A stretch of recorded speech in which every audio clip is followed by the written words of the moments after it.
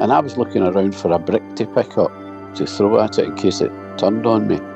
And when I picked up the brick, I looked round and it walked right down and away into the night. Seeing is believing, and I have no proof of what I saw that day other than what I can describe. It was huge. It was like the weightlifter of cats. Welcome to Big Cat Conversations. We speak directly to people who've encountered one of Britain's big cats. We also discuss the bigger picture. I'm Rick Minter, and thanks for joining me.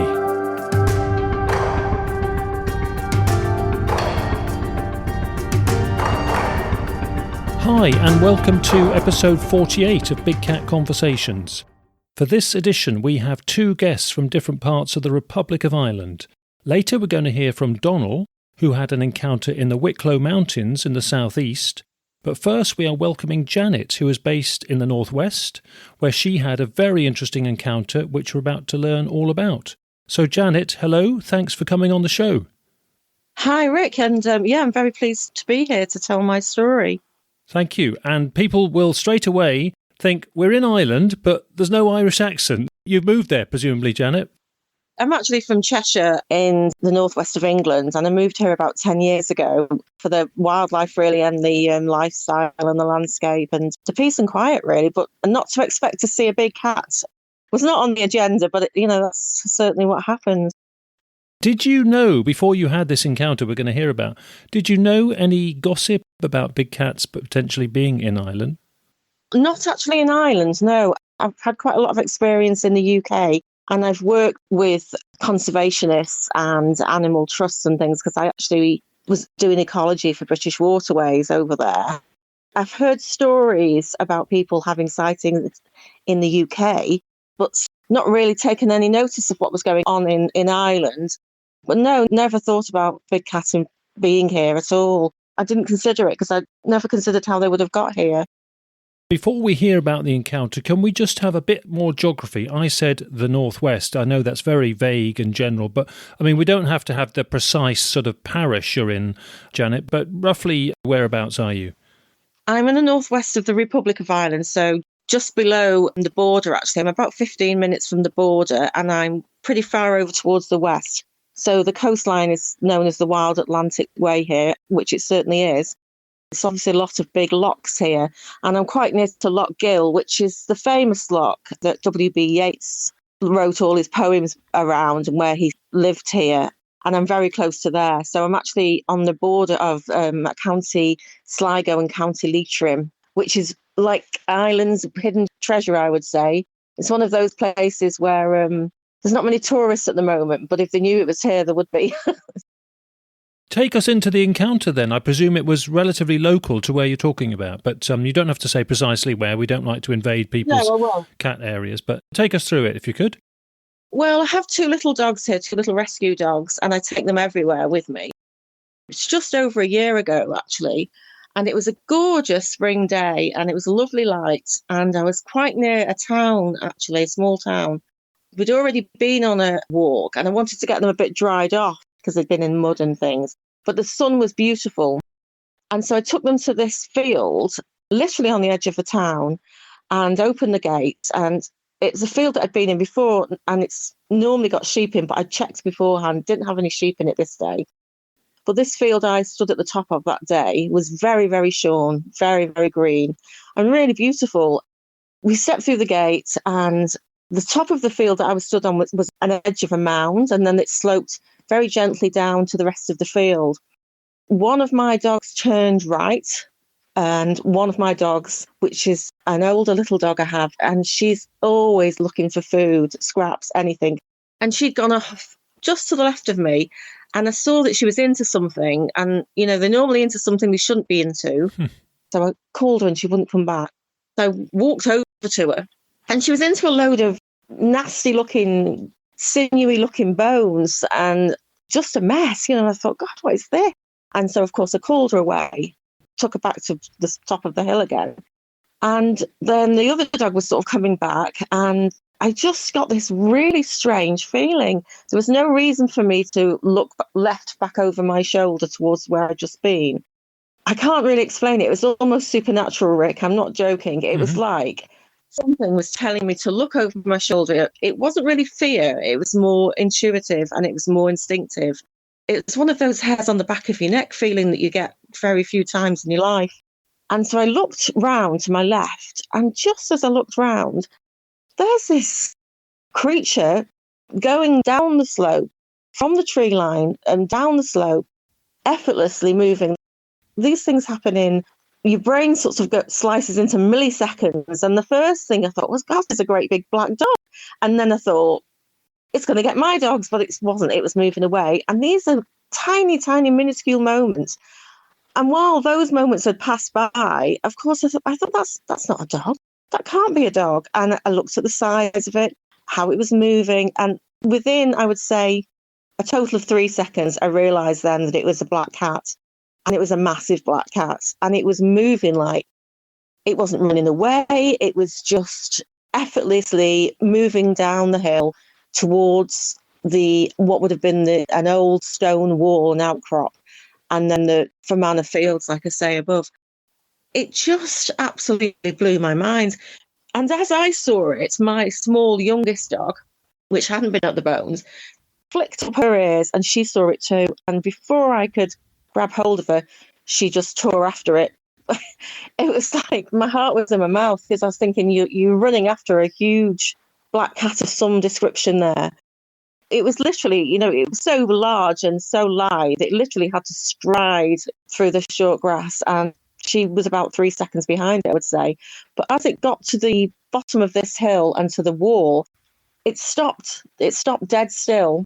And it turned and it looked at me. And I just couldn't believe it. And I actually saw, because of the sunshine, I saw its eyes glowing. It was like, when you see a fox in the dark in your car headlights, and it glows back at you. It was kind of like that. It was like eye shine in the daylight. Gosh. Yeah, because it was a beautiful spring day, with the sunshine. I could see it absolutely perfectly because the grass was probably only 2 or 3 inches long because the sheep had been not long off it. So it was very, very shorn. And I could see its head, and it had the most incredible sculptured shaped head and small round ears, really long body and quite long legs as well, I would say. And then the tail was almost as long as the body, and the tail went right down to the ground, hooped and looped back up, and then was slightly thicker at the end. And then I absolutely had no doubt then that I was looking at a leopard. So I was just like, God, unbelievable. But it was actually looking at me. The whole thing probably happened in maybe 20 seconds or so. It looked at me, and it was as if it was saying, "It's okay. I'm not gonna bother you. I'm just gonna get out of your way," kind of thing. And as it moved then towards the wall, what I think was the most beautiful thing I saw was that because the sun was on its coat, which was like better than any dog's coat I've ever seen, it was literally gleaming. I actually saw just for a second the melanistic pattern, under its fur. The shadow spots. Yeah.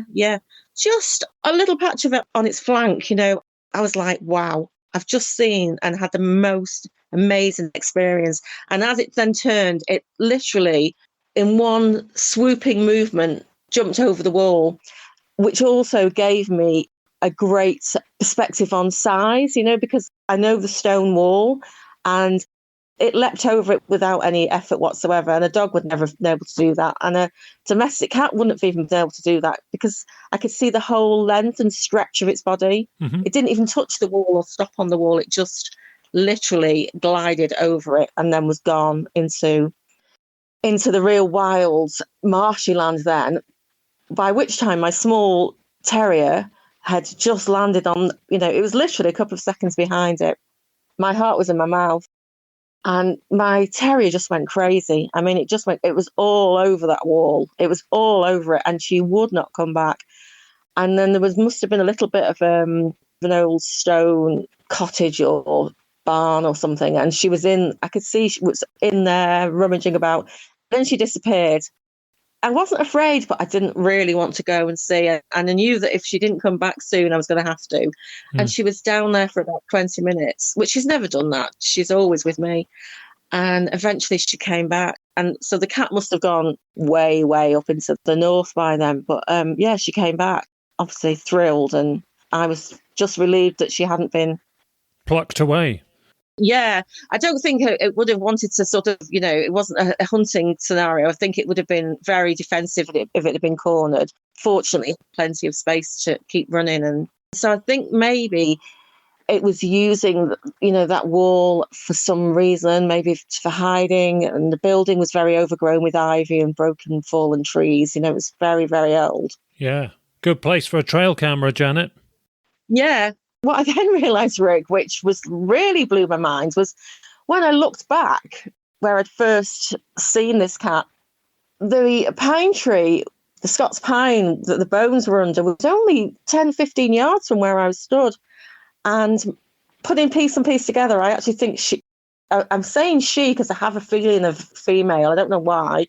I think the cat was almost certainly in the tree at the time I'd gone into the meadow. Hence my dog running over. She maybe was eating something from a kill the night before, but pretty sure she was up that tree and took her opportunity to take off when the dog had moved. So the bones and remains that your dog was investigating initially, you think were the remnants of the cat's dinner? Yeah, I think so. It looked like a sheep or a lamb or a ewe or something like that. It was certainly larger mammal. It wasn't a rabbit or anything like that. And relatively fresh. Yes, that's right. It still had sinew and there was sheep wool around, tufts off and stuff like that. Mm. And the reason I dragged away from it because it was fresh and it was a bit stinky, to be honest. But I must have been under that tree while that cat was above my head. Because presumably there's nowhere else really easily where the cat could have come from in that time when you turned back and saw it. That's right, because that tree and the scratty little bit of a hedge was right next to the pavement and then a road and then a sort of an estate where it's a bit of a ghost estate. So I don't know how many houses are occupied there. It's like the last little estate of the town. And then, of course, it goes on to the wild. It's a great vantage point for a cat because it's very, very quiet. I didn't see anybody, didn't hear anything. There was nothing around. But also it was 2 minutes away from the main town. So it's incredible. What did your other dog do during the incident? My other dog's a bit of a scaredy cat, so she stayed with me. She's a lot older. And funnily enough, she hasn't got any teeth. She stayed with me. Was she aware of what was going on? Could she see it, do you think? Yeah, she was watching. But I mean, the young one is very, very fast. I think she's got a bit of whippet in her, a bit of Jack Russell. So she's right up for running and chasing things, and she's really fast. But fortunately, she's not fast enough. And she can't jump walls like that? No, she had to jump up onto the, a few steps and jump up onto the wall. She's very agile. The cat just moved over the wall in one fluid line. It was like you'd never see a dog do that, or gleam in the sunshine like that. Yeah, and you're probably aware that you are a rare witness to have seen the shadow spots, the melanistic leopard markings. I mean, we assume many of them are, but people just leave it at jet black because they don't see any markings. And some people know that there might be, and some people look it up afterwards and think, well, if that was a leopard, I miss seeing markings. But you got a glimpse because it was illuminated in the sun, yeah?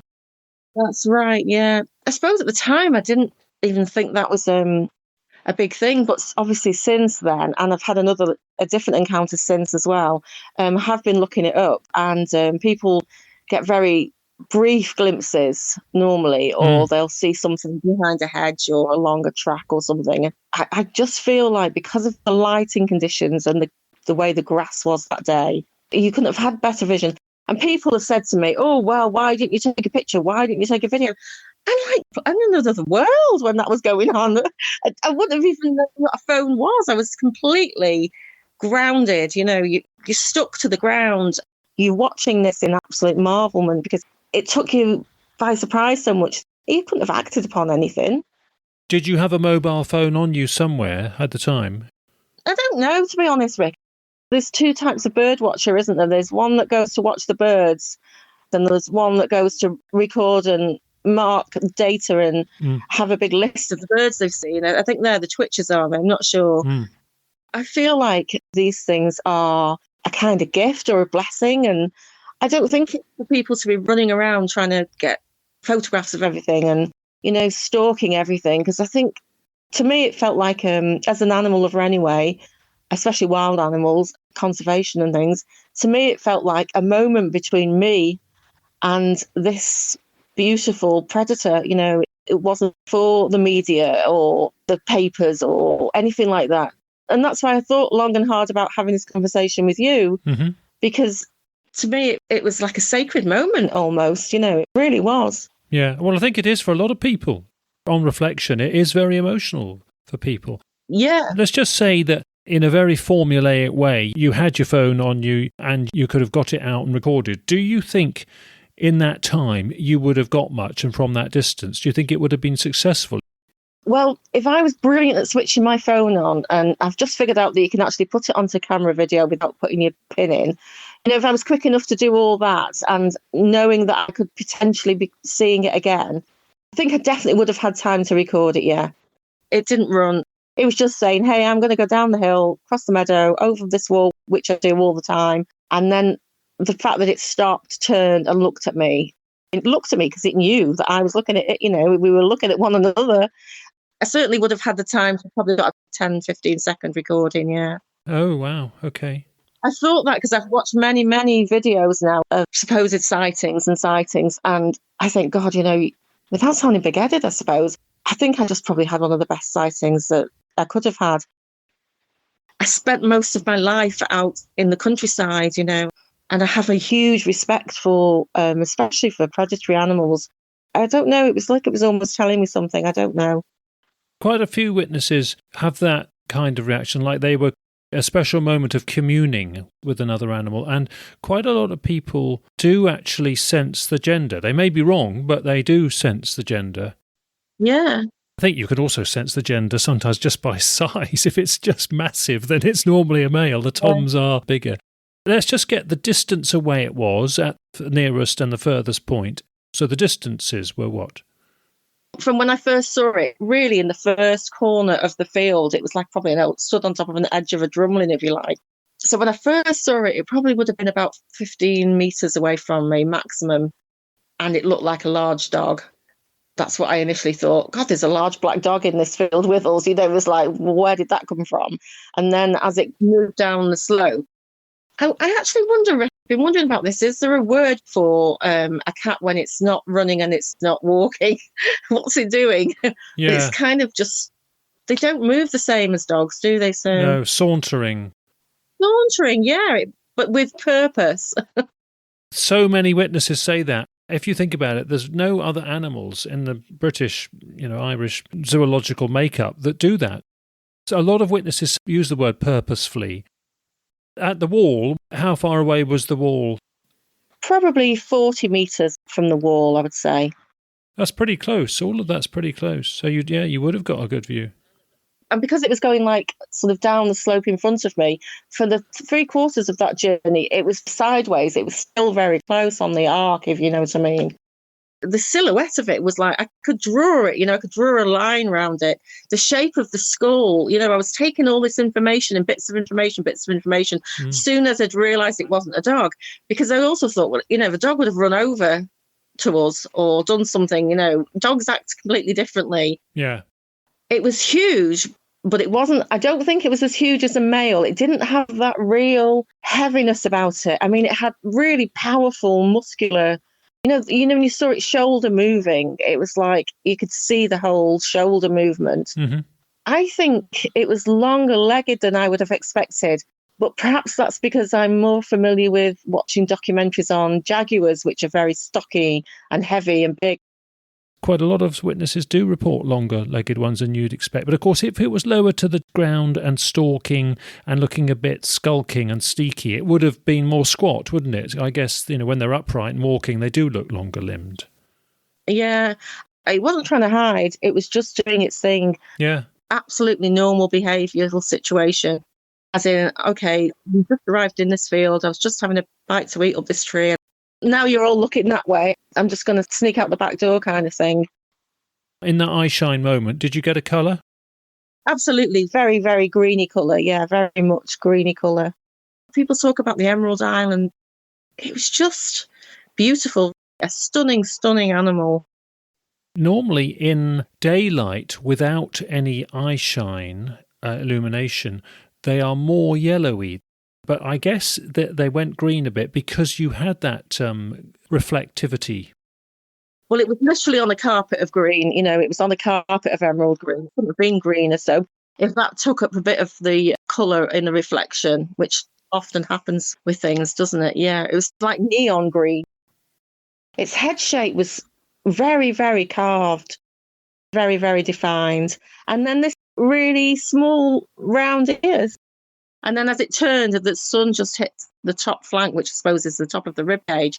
And then beautiful, like silver, greyish pattern around the darker rosettes. And I thought, my God, you really are what you are, It was like saying, I'm giving you a few seconds to take this in because I know you love animals. It's like... Okay, so it was a complete shock because you weren't expecting it. You didn't know about big cats in Ireland. Did you get the sense that it was properly and thoroughly wild and had grown up there and knew the ropes and not within 6 months of coming out of captivity or anything? Did it just look wild and confident and in its own place? I think it was absolutely knew who it was, where it was, what it was doing. It owned itself and it owned that field and it owned that tree and it owned that wall and it owned that meadow, and on and on and on. Since then, I found out that the next county along from Leitrim, going eastward, is Cavan. I Googled it all, and there'd been 30 sightings of exactly what I've just described over the last year or so, the previous to my sighting. And some of those sightings were in like a block of about 10 in and around one town. And if you look at geographically, I mean, you couldn't be in a more perfect place if you were a wild hunting animal who wanted to stay literally out of the public gaze, but not really, you didn't have any fear of anything. Mm. The landscape here is just incredible. You can move around quite freely. There's lochs and gorges and escarpments and gullies and old forest, new forest, marshlands. And you know how they're all fine with water. They can hunt fish if they want to. What's the deer population like? Massive. The deer population here is really wild, and you're allowed to have a gun here and quite freely go and shoot the deer in the season because it's that overrun. We're taking deer all day and all night, if they wanted to, and hare and rabbit and ground birds. But what I actually think is really good is there's places to breed here that probably never been touched or walked on, or I'm talking about like caves and things. Den sites and lay-up spots. Yeah. When you go on Google Earth and you can go and fly around in 3D now, if you go and fly around over sort of North Leitrim, Sligo area, you can actually see just how many, like there's a place just near me called O'Rourke's Table, which is a big escarpment with a flat top. And there's so many places, that you could just hide out all along the border. No one goes there, There's not really dog walking places here like there is in England. It's mostly wildness and agricultural fields. And even they're not really fenced off fields like you get in the UK. Not up here, it's not anyway. And Leitrim is known as the land of the rocky county. There's not a lot of soil on it, so it's not really used for growing anything. And it's not really great for beef cattle because it's too wet. I've been looking at it on the maps and on Google Earth, and there's thousands and thousands of unspoiled acres here. And forests, and there's still quite a lot of old forests. And of course, masses of lakes, masses of hunting ground, hiding ground, breeding ground.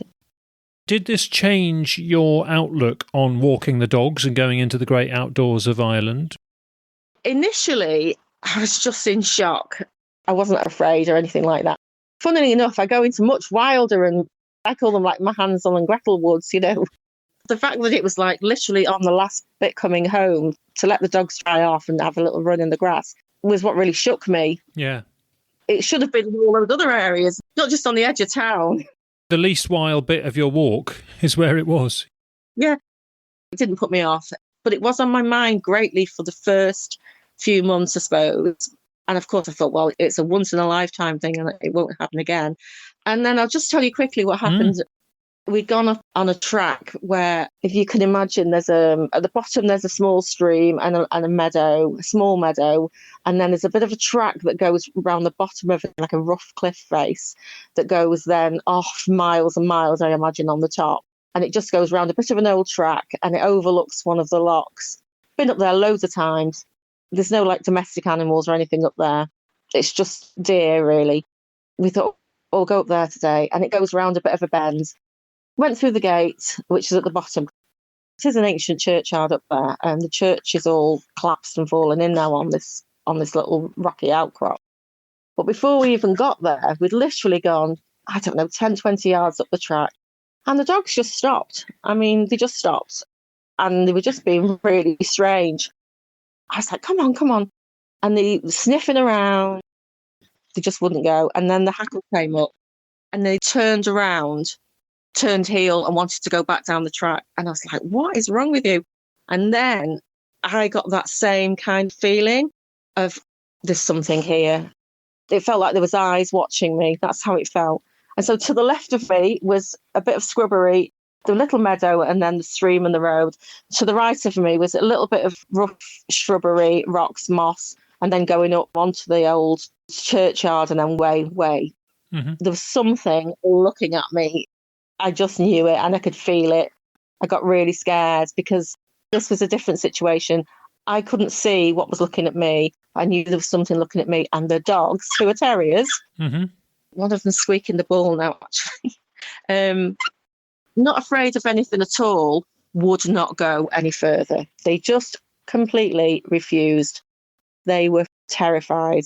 They turned heel, and before I was like, could say to them, what's the matter? They were going back down the track to the car. And I thought, well, that's just really strange. I'm feeling it now, actually. It's making my face feel a bit funny, but I got really scared then because I wasn't in any situation where I could have shouted anybody, called anybody. I know my dogs, and I know that they knew that something was not right. As I looked at the shrubbery and the rock face, I thought, my God, there could be anything in there. There could be little caves, there could be openings. You know, it could be there. It could be a lair in there. It could be the cat, is what I thought. It could be the cat, and it could be breeding. And I thought, my God, this isn't good. And I turned around to walk down after the dogs, trying to be, you know, make myself quite small and insignificant and quiet. As I walked a few yards, there'd been a fresh kind of muddy patch in the middle. And there, right in the middle of this muddy patch, was a great big print going upwards from where I'd just come. A massive print. And I thought, oh my God. And then I did actually get my phone out and took a photograph of it because I thought no one's ever going to believe me if I ever try and tell them anything. And I took a picture of it. It was bigger than my hand, but I couldn't put my hand down. I don't know why I didn't think of putting my hand down as well because I'm not great on my phone, but I did take a picture of this print and it was very fresh. I don't know whether we'd just come across something that had gone up the path and then had to do a quick right turn, or whether something was just hanging out there. But that was the most frightened I've been. Because they were frightened, I was frightened. And because I couldn't see what was looking at me, I was really scared then. Because of the thought that if it is a cat and it's breeding and it has cubs, then I'm in really big trouble. If I make it scared of me or afraid of me, I was going to be in big, big trouble. Had you ever experienced that reaction from your dogs before or since? I never like that, no. I just explained to you that she'd seen this big black cat and teared after it because she just saw, a big animal a big animal moving towards this wall and just saw it and saw me looking at it and gone before she'd even thought about what she was doing. But this was something else. Now, whether it had made a sound, I've read that they make lots of really low sounds. And the dogs, as they always are, probably 5 or 10 yards in front of me, whether they'd heard something, because they literally just stopped, put their hackles up, put their tails down. They weren't in fighting mode, they were in scared mode. I don't buy this thing that there's a season for breeding. It doesn't work for leopards and pumas, to be honest. They have litters all year round. But it could have just been a singular one that the dogs had picked the vibes up from and they just felt threatened. Yeah. It could have also had young. But just because of the time of year, I don't think there's a time of year for breeding here. I never thought about that, Rick. But yeah, you're probably right. It was just the conditions. It's not like England where you just get dogs wandering around. people know who's got a dog and where it is and what sort of dog it is. And it's not like that. And certainly out in the wilds, there's no dogs wandering around because, for one thing, they'd get shot. Everybody knows everybody. I don't think for a second it was a dog print. And it was huge. I'm looking at my phone here. I've got quite a large phone in my hand. And it was as big as my phone, you know. So it was a big print from something. Yeah. So these emotions you'd experienced then, now some people, and we've heard this on the podcast quite a lot, I hear it a lot from witnesses, if anything, they're more excited afterwards, and the sense of wildness and the sense of untamed nature in this animal they've seen really does affect them, mostly in a positive way, sometimes, you know, in an edgy way. But how did it affect you after these cases when you were dog walking and just in the outdoors? Well, like I said, the first one was a massive surprise, and so I wasn't expecting it. I didn't know what was happening at the time until it had literally gone down the slope and I'd clicked the shape, the silhouette, the ears, the size, this, that and the other, and then put it all together. So because I wasn't expecting it, I wasn't afraid at all. And because it had just been almost accommodating in how it reacted to the fact that we'd gone into the field, I wasn't afraid. But, I was wildly excited. I mean, I was like, oh my God, what am I going to do? In a good way. Yeah, but what about in future, in days and weeks and months afterwards, when you're dog walking and in the outdoors? Not frightened, not really frightened. I knew there's definitely one out there anyway. I thought, well, I don't think there's only one. I think they're probably breeding along that line that I mentioned, and they can move around, you know, quickly. I feel excited, but since I've been thinking about it again, I think I've started to note things more, like unusual things. And I heard 2 or 3 weeks ago, somebody said, we've had a ewe taken and it was a really awful kill. We don't know what happened, but we think it was a dog and it was found at the bottom of a tree and blah, blah, blah. And I'm thinking, you know, what happened there? Yeah. Don't forget, there's a very sparse population up there. When I say everybody knows everybody. We only started getting postcodes last year. Good grief. Postman just knew everybody by names. Didn't have a door number or anything like that. Oh. So everybody knows whose dog's whose and whose dog was in. And they all know to keep the dog in, especially now because it's lambing season. And then when they described that it had been killed by a really awful head trauma, and now I'm getting goosebumps and hairs on my arms because I'm thinking, God, I know what's going on here. Oh, yeah. At the same time, I feel very, very protective towards them. I feel like a real heartfelt, genuine love for them. And I mean that. I really mean that. I would never want them to come to any harm because I don't know what the answer is to all of this, Rick, because they're definitely out there and they've definitely been breeding for a while. And I actually think that what happened was when all the fashion and the rage for having these large cats was in the 60s and 70s, like everything else, things come through Ireland illegally all the time and across on the ferries, back and two. And a lot of them got either sent back to Northern Ireland or were ordered and brought in through Northern Ireland and then released or lost. Or because when I started to look into it, I thought, oh my God, of course that's what they're doing. If you're going to smuggle anything, and especially something like that, you smuggle it through Ireland. Yeah, and you said you don't know what the answer is. Of course, there doesn't have to be an answer. Whose answer would it be? It just is, isn't it? They're just here and that's it. And we want to beat ourselves up about trying to get answers and resolutions and conclusions to things. But I think this is just it. You know, we just take it as it is. They're here and we may or may not experience them in our lifetimes. And it's interesting to chat about it. Hopefully we'll learn from hearing from witnesses and perspectives like yours. And I was going to say, what about, do you hear of any ones of a different colour, like puma, cougar, mountain lion type ones? Have you heard of brown ones? No, not up here, I haven't. I know that they have been spotted down in the south and the southwest. Again, there's very, very rural areas down there as well. But no, I haven't up here, no. But they could well be, because some people don't want to tell anybody because, or certainly not anybody that would tell anybody else because of fear of ridicule and being not believed. Some people don't want to tell anybody because, like myself, I suppose, wouldn't really want to give away too much because fear of retribution and, you know, the people are gun happy and all that kind of thing. And Are you able to pick up other people's attitudes, and is there a trend, would you say, from people you've chatted with? I only told one person. That was on the same day because I was nearly hysterical with excitement. And the fact that it had been such a wonderful viewing, I had to tell somebody. And there's only one person, an older lady actually, who I know I can trust.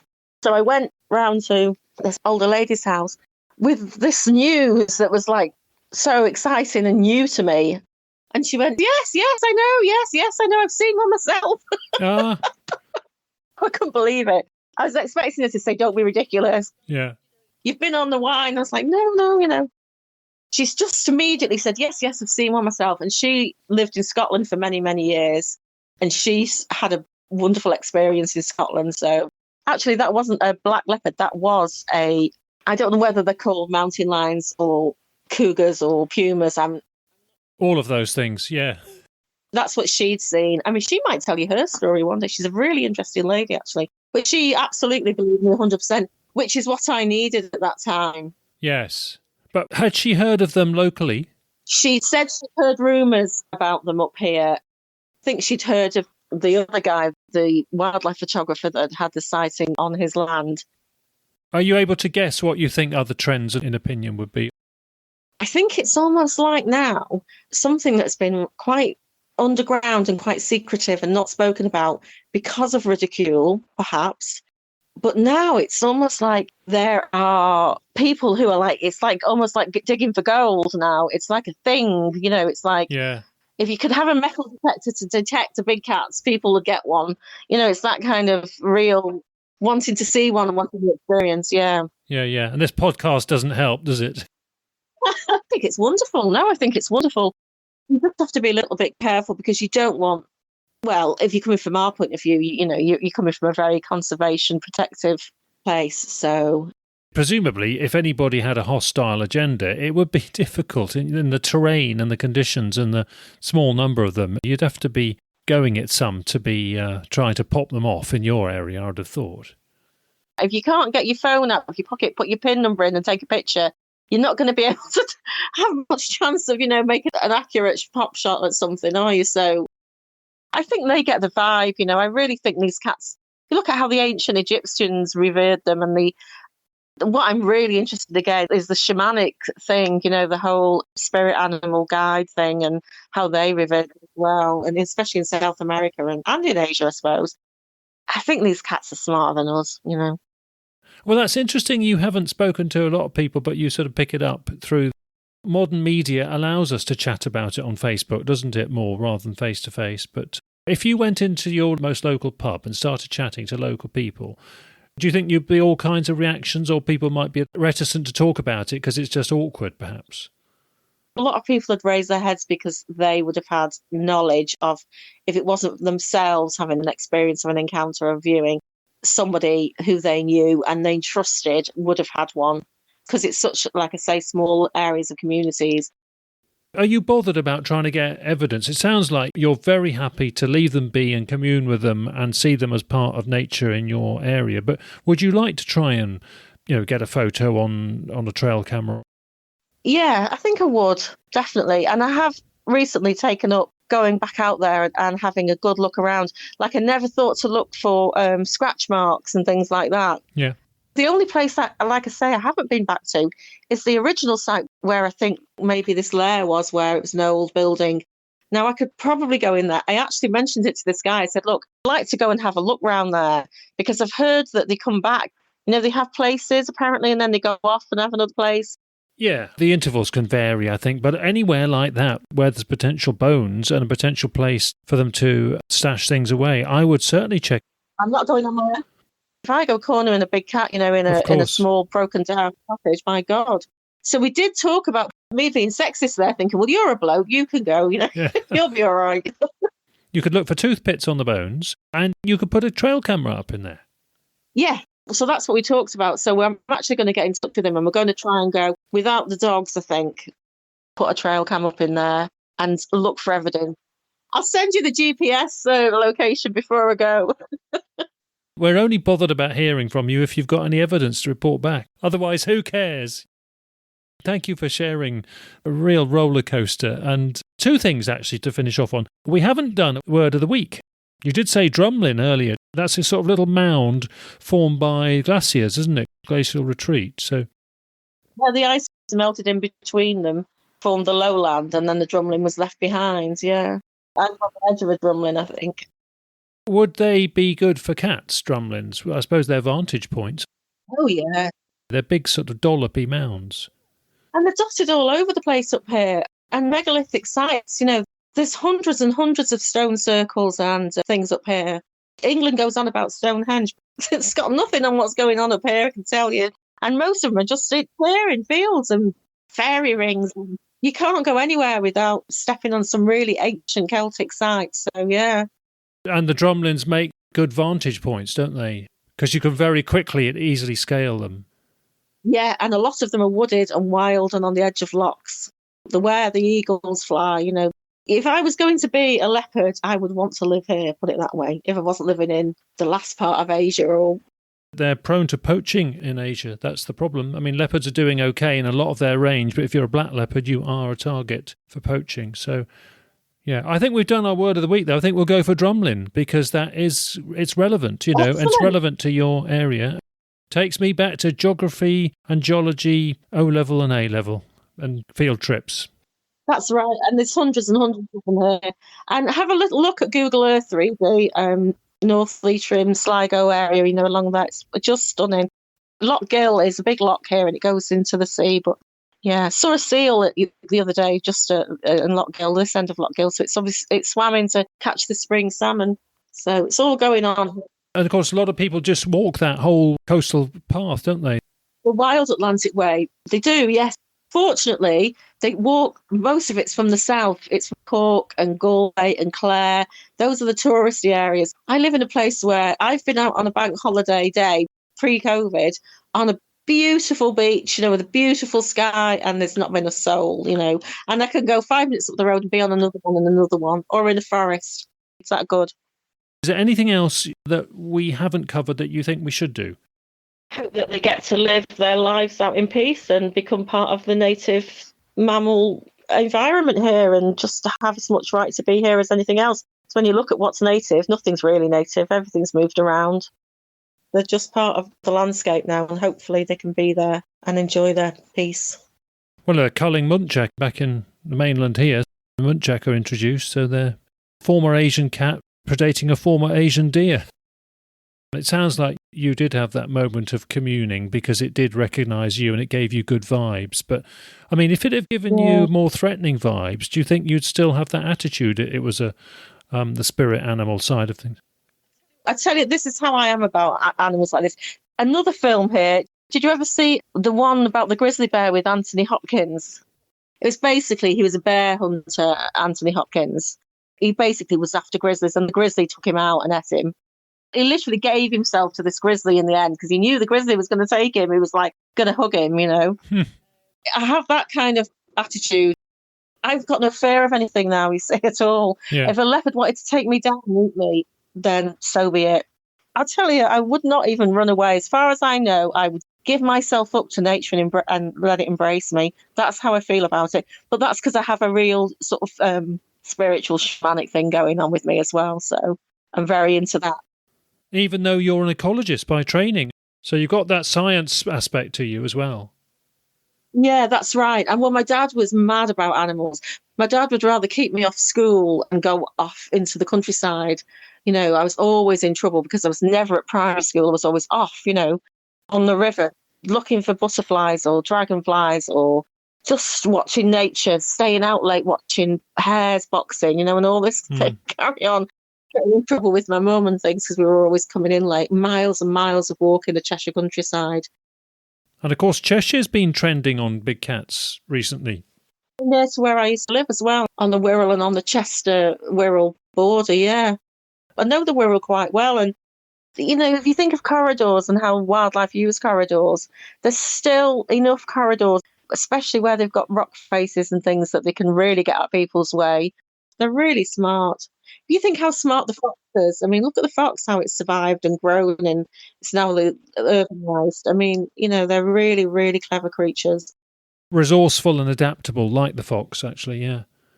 And able to just be invisible if they want to. Yeah. Thank you for giving us your perspective on living alongside a black leopard, and also your sort of tourist promotional side of the chat for Northwest Island, and I'm definitely going there. And if I bump into any people on beaches, I'll be very disappointed. I tell you what, I got the ferry over 10 years ago and I haven't looked back. It's just wow. Yeah. Okay, Rick. Yeah, brilliant. I'll talk to you soon. Thanks ever so much, Janet. Take care.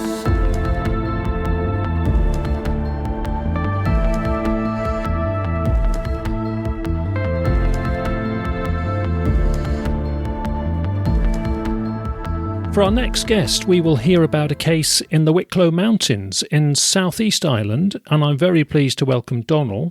Donal, thanks for joining us. Rick, how are you? Thanks a million for having me on. Appreciate that. Yeah, pleasure. And have I got the Wicklow Mountains location correct? Southwest of Dublin. If you look at the map of Ireland, the Republic of Ireland, mid-southeast, but they're quite a big mountain range, aren't they? It is, yeah. So you have the Dublin Mountains and the Wicklow Mountains, which are kind of connected there. So the mountain range straddles the whole county from Dublin all the way down to Wicklow. And this was 2020, was it, your sighting? It was late October, early November 2020. And you were driving to work, I gather. So tell us what happened when you were driving to work one evening. I work nights, so, I'm on the road when not a lot of other people are on the roads there. I'd see a lot of animals, deers, foxes, everything from pheasants. You'd see them as you're driving along the road, you'd see them up ahead and the eye shine and all this you'd see first. Now, I'd see a lot of them. You could turn a corner and you could have 3 or 4 deer on the road. And where I live is in the middle of nowhere, but where I work, do nights is literally in the middle of nowhere, It sounds good. Yeah, and it's a beautiful area. It is a beautiful area, Yeah. So it takes me approximately about a half hour to get to work, and you're driving country roads. So one night I was driving down the road and 10 kilometres or so from where I was living. It goes around in an L-shaped turn to the right and then over a bridge and turns back up left. I had my high beams on in the car, and straight ahead I'd seen the eyes light up, and I thought straight away, fox, deer, or whatever, but it was too low down for a deer. And it was a little bit high up for a fox. So I slowed down. And as I came up to the L-shaped bend, I kind of noticed the face and the outline on this was a little bit different than something that I would normally see. It was a little bit kind of wider around the nose or the mouth shape. And the eyes seemed a little bit more kind of almond coloured or whatever. Normally you'd see them and the eyes are very small. These eyes seemed a lot bigger. As I slowed down, this thing kind of stood up. It was on a bit of a bank with a kind of a bush behind it, but it stood up. It was no fox and it was no cat, small cat, domestic cat, or absolutely no deer or anything like that. And, as a cat or a dog or whatever would actually stand up, it kind of comes forward a little bit. And that's when I kind of really seen the face. And it was a large black cat's face. As it did that, it just turned around and I could see the whole body then. It was quite large and slender, and kind of sleek looking. And I still had the high beams on the car. And at this point now, I had actually stopped the car just on the corner. And I was just sitting there looking at it. And it just kind of turned around. And that's when I could see the long tail, the long black tail. It just turned around and walked down this tiny embankment and back into the bush. And it was gone. I sat there for a minute or whatever, 30 seconds, a minute, going like, what was that? My brain trying to rattle. I never in my life, I never thought of anything, everybody, has an interest in whatever, a little bit of the unnatural or whatever, but these things never came into my mind, I never, and I do a lot of hiking around the area, but that's kind of changed a little bit now. I wouldn't hike without a big stick. Even at that, when I do go hiking now, I don't go as far. Normally, when I hike, I like to go somewhere where I wouldn't know and, Yes, explore and discover places. Yeah, exactly, like the unexplored. But I kind of like to keep to what I know now. It has changed a little bit, So it's influenced you? Oh, Jesus, yeah, without doubt. Completely influenced me, It makes me more alert, but in a way, I probably do be looking over my shoulder a little bit more. We're a small country here in Ireland, but you can get out there nicely into the wilderness, and on your own. I wouldn't go to places now I don't know or I haven't been before. And the place actually where I saw him, there is actually a few lovely hiking areas around there, I wouldn't go there. I wouldn't go anywhere near there. When you were closest to it, when you stopped the car, how far away was it from you? I'd say at the most 30 to 40 feet, at the most. So I was sitting in my car, and then from my car, straight in front of me, 30 feet or so, there was a ditch or a little embankment, and then behind that there was a ditch. He, or whatever it was sitting there on that little embankment kind of thing. So when he stood up, he kind of looked a lot taller. Yeah, because he was elevated a bit anyway. He was elevated, yeah, exactly. He was elevated a bit, What sort of scale compared to a dog? Compared to a Labrador dog, say? A bit bigger than a Labrador dog, anyway. Sleeker, that kind of way.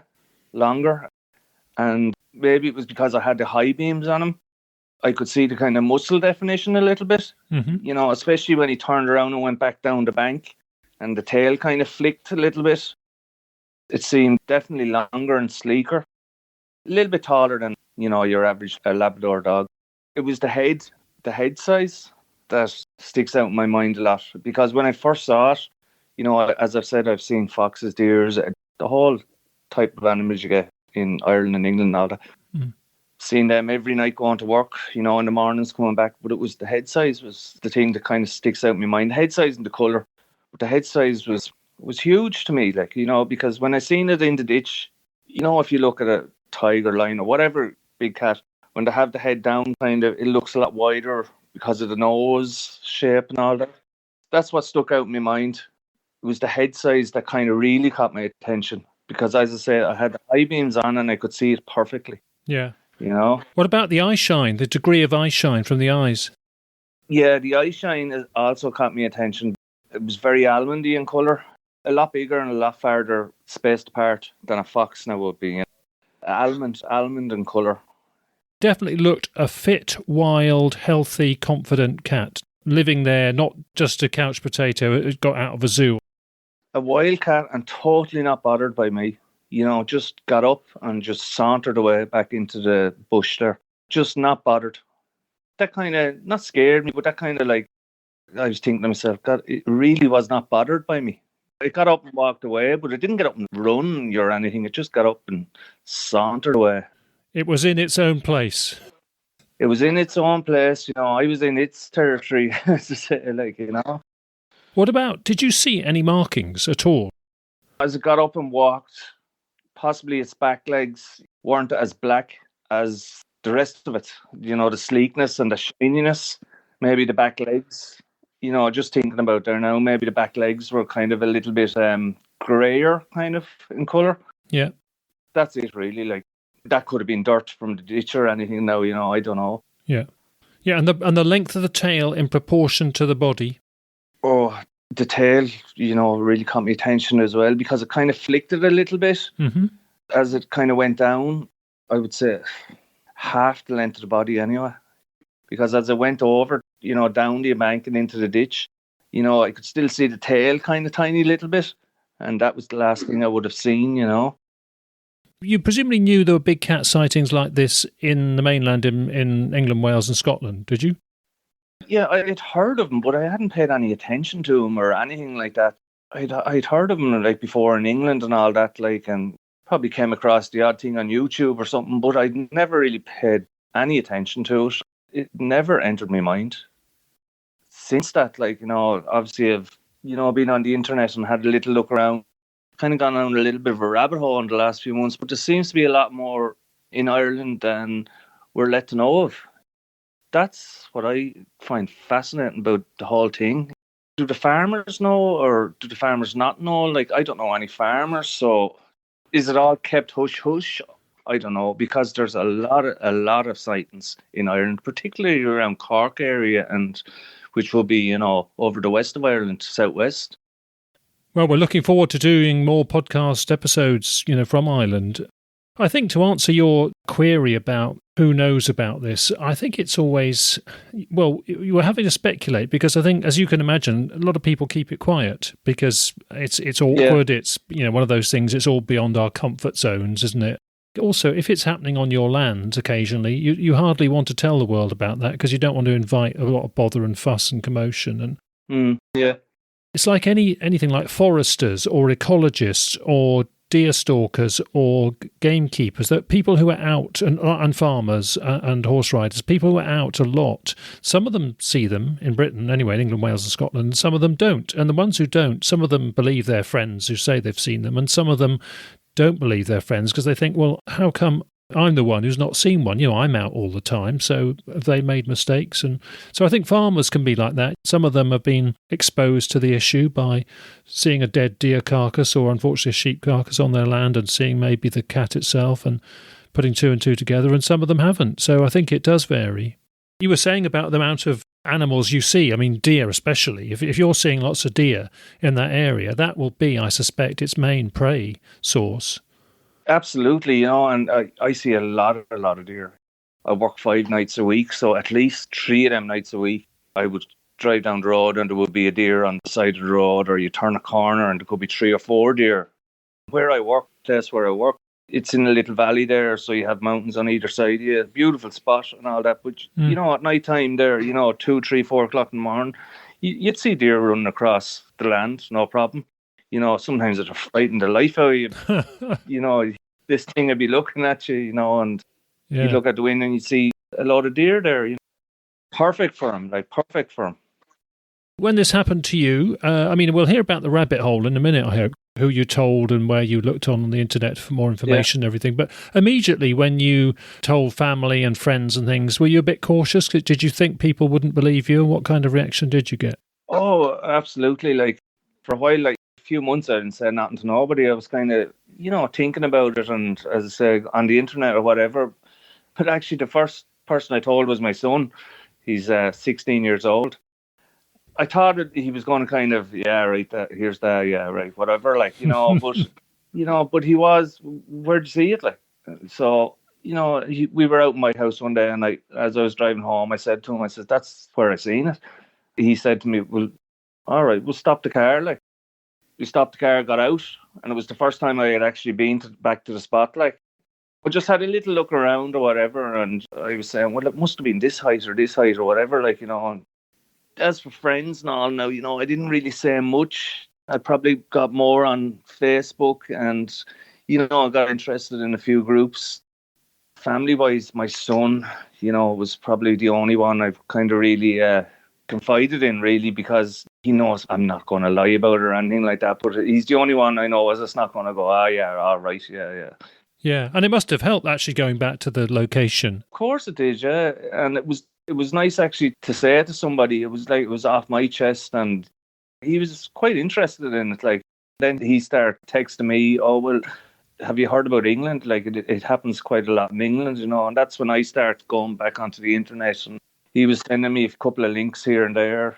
Ah, good stuff, yeah. And also, if it can start an interest in wildlife and nature and becoming more observant, being in the outdoors, I think that's all helpful, isn't it, as a young age?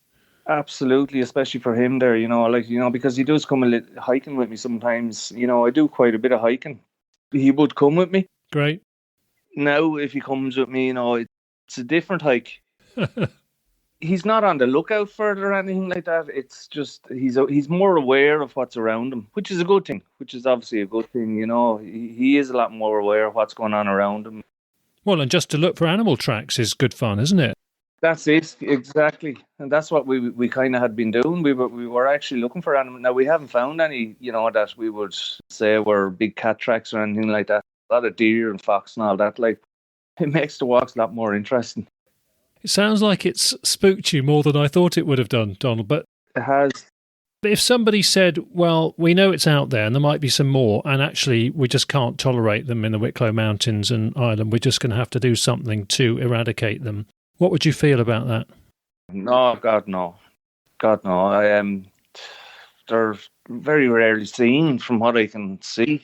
There's been no people that have been, from what I know anyway, that have been hurt or anything It's like these animals are the master of hiding themselves and, don't bother with humans. Plenty of deer out there for them. I would like no cull on them, as to say, or anything like that.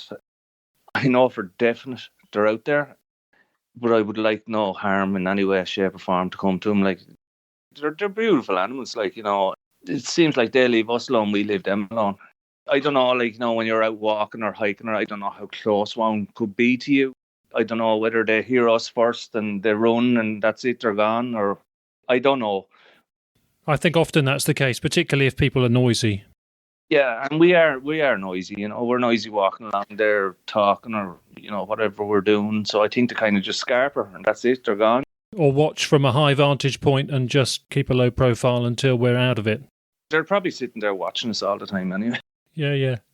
You swap notes with people on Facebook, and you're a member of the Island Facebook group, I gather. We've got you that way through Annie's help, which is great. That's helped, has it, finding other people to talk it through with? It is, yeah. I joined the group and I was expecting a bit of ridicule or something. I have to say it because I want to hear, has other people seen this? And yeah, there is reports of other people, but I'd like to talk, privately to somebody or whatever. Or that's where I came across Annie. I felt a lot better actually talking to somebody that seen very similar to what you had seen. As some of the research I was doing, some people were even caught, years ago, back in the mid-90s. I think the guards were doing raids on some houses in some areas. One house they actually raided in Limerick, I think it was. They found a lot of exotic animals, as you would call. There was 2 baboons. There was pair breeding tigers that had actually a cub. It says breeding tigers with a cub. The cub actually had rickets, and a Canadian black bear. Now, this is in quite a large house in Limerick. There was another raid in 2002 in North Dublin that found several jaguar cubs in it. So these are obviously the species that people are going for. Do these escape? Do they let them go? I don't know. Anyway, the one you saw was wild and at home in its environment. It looked like it was there years. It was not bothered by me in any way, shape or form. I didn't have time to get your mobile phone out. You didn't have a dash cam, presumably. No, not dash cam. My phone, probably in my pocket. Maybe it was hooked into the story or something. I didn't even think about it, to be honest with you, Rick. It was my son that said it to me first. He said, "Did you record it?" And that was when I first even thought. I was like, Jesus, no. I never even thought of the phone. Never even crossed my mind. I think the youngsters are a little bit more trigger happy with their phones, aren't they? It's almost sort of semi-automatic for them. Can't do anything but to record you, What's the closest sighting to that area you have heard about? In that area, the foothills of the Wicklow Mountains, the closest sightings that I would have to my area would be Kildare. There was a sighting in Kildare, the early 2000s. There was a cat. I think it was County Kildare. So that would probably be northwest of me, maybe an hour and a half drive. Across the railway track. It was by some railway workers in the area. But the thing that kind of, not convinced me, but got me thinking about it was the railway workers actually wouldn't go back to the area unless they had some sort of security with them. That was the early 2000s now. So nothing really that local and nothing really that recent. Be interesting to know if there is another one, won't it? I can't find anything in my area. Most of it is up north. Newry seems to be a pretty hot spot for it. Monaghan is another. All around the northern counties of Ireland. Yeah, well, Donal, I want to thank you very much. I'm sure listeners really appreciate you helping us venture into Ireland, and we look forward to future episodes when we hear more of cases in Ireland. And I hope you get to hear about, other people in the Wicklow Mountains who have seen them, so you can swap notes better, because that must be a big frustration. Absolutely. If there's anyone out there in the Wicklow Mountains, Dublin Mountains, I suppose get in touch with yourself there, let me know. Yeah, and the Island Facebook group. Yeah, what's the Island Facebook group called officially? Big Cats Ireland. There's Big Cats Ireland is one of the Facebook groups anyway. 1 or 2 reports, not in this area, no. Well, Donal, thank you ever so much for coming on Big Cat Conversations. Really enjoyed it. My pleasure, Rick. Thank you very much. All the best.